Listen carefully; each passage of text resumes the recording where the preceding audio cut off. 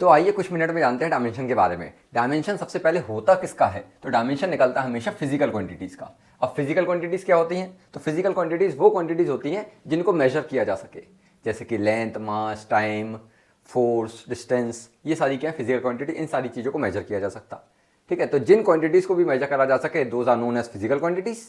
अब बात ये आई फिजिकल क्वांटिटीज़ को अगर कैटेगराइज करें तो दो टाइप की फिजिकल क्वांटिटीज़ हैं, एक है फंडामेंटल क्वांटिटी और दूसरी है ड्राइव्ड।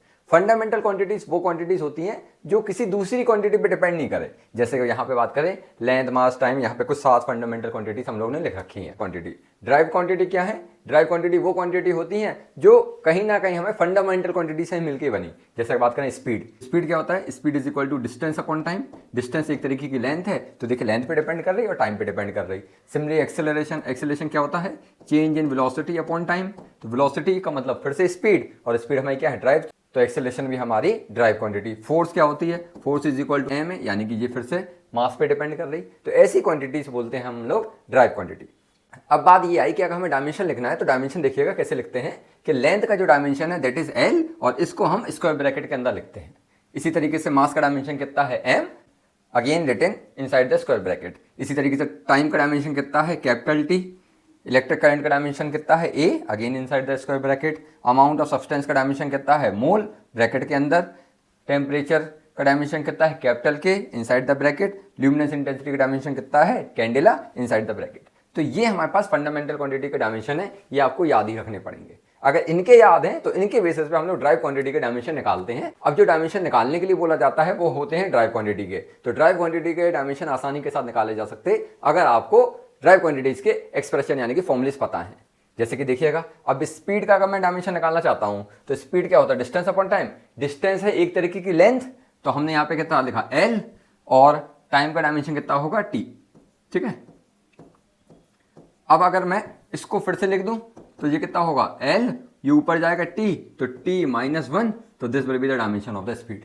सिमिलरली अगर एक्सेलरेशन का डायमेंशन निकालना चाहें तो देखिएगा एक्सेलरेशन क्या होता है? Change in velocity upon time. Velocity में से वेलोसिटी जाएगा तो वेलोसिटी बचेगा।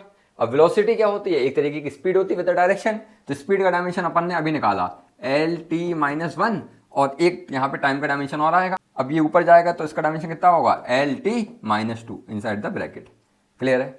फिर फोर्स का डायमेंशन निकालना है तो फोर्स का फॉर्मूला क्या था? एम है। मास का डायमेंशन कितना? एम, और एक्सेलरेशन का डायमेंशन अपन लोग ने ये निकाला एल टी माइनस 2, यानी कि फोर्स का डायमेंशन आ जाएगा एम एल टी माइनस 2। ये वाली बात आ रही है बेटा। डेंसिटी का डायमेंशन निकालना है तो डेंसिटी क्या होती है? Density is equal to mass upon volume. Mass का डायमेंशन एम, और वॉल्यूम क्या है? वॉल्यूम भी एक ड्राइव क्वांटिटी है, length into breadth into height. यानी कि अगर मैं वॉल्यूम का यहाँ पे लिखूँ तो क्या होगा? Length into breadth into height. Length का डायमेंशन कितना? एल। ब्रेथ भी क्या है? एक तरीके की लेंथ ही तो है, तो एक और एल, और इसका भी क्या? तो हाइट भी क्या है? एक तरीके की लेंथ है, तो अगेन इसका एल। तो ये इसका डायमेंशन कितना आएगा? एल टू द पावर 3, यानी कि एल क्यूब। तो यहाँ पे अगर मैं लिखूंगा तो एल की पावर 3, और ये सॉल्व करेंगे तो एम एल की पावर माइनस 3। तो this will be the dimension of density. तो इस तरीके से हम किसी भी क्वांटिटी का डायमेंशन निकाल सकते हैं अगर हमें उसका फॉर्मूला पता है। सबसे इंपॉर्टेंट एक डायमेंशन याद करने वाली बात है, मतलब निकाला है जो अपन लोगों ने, वो फोर्स का। फोर्स का डायमेंशन निकालने के बाद अगर हम इसको याद कर लेते हैं तो बहुत सारे डायमेंशन हम लोग आसानी के साथ निकाल सकते हैं। इतनी बात समझ में आती बेटा?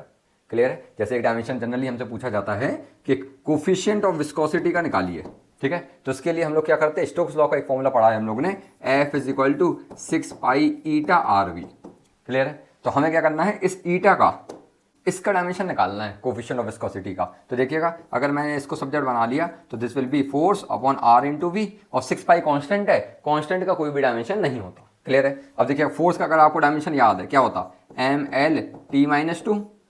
आर क्या है? आर होता रेडियस, रेडियस एक तरीके की लेंथ, तो यहाँ पे लेंथ, और वेलोसिटी का डायमेंशन स्पीड के बराबर, यानी कि एल टी माइनस 1। अब इसको आप सॉल्व कर दीजिए, एक एल से एल कट जाएगा, ये वाला एल ऊपर जाएगा, तो M L minus 1 T minus 3 will be the dimension of coefficient of viscosity. I hope आपको बात समझ में आई होगी। इसी तरीके से अगर हमें एक्सप्रेशन पता है तो किसी भी क्वांटिटी का हम लोग डायमेंशन निकाल सकते हैं। अगर बात समझ में आई है तो do like the video, share the video with your friends and subscribe the channel for more such videos. Thank you बेटा जी।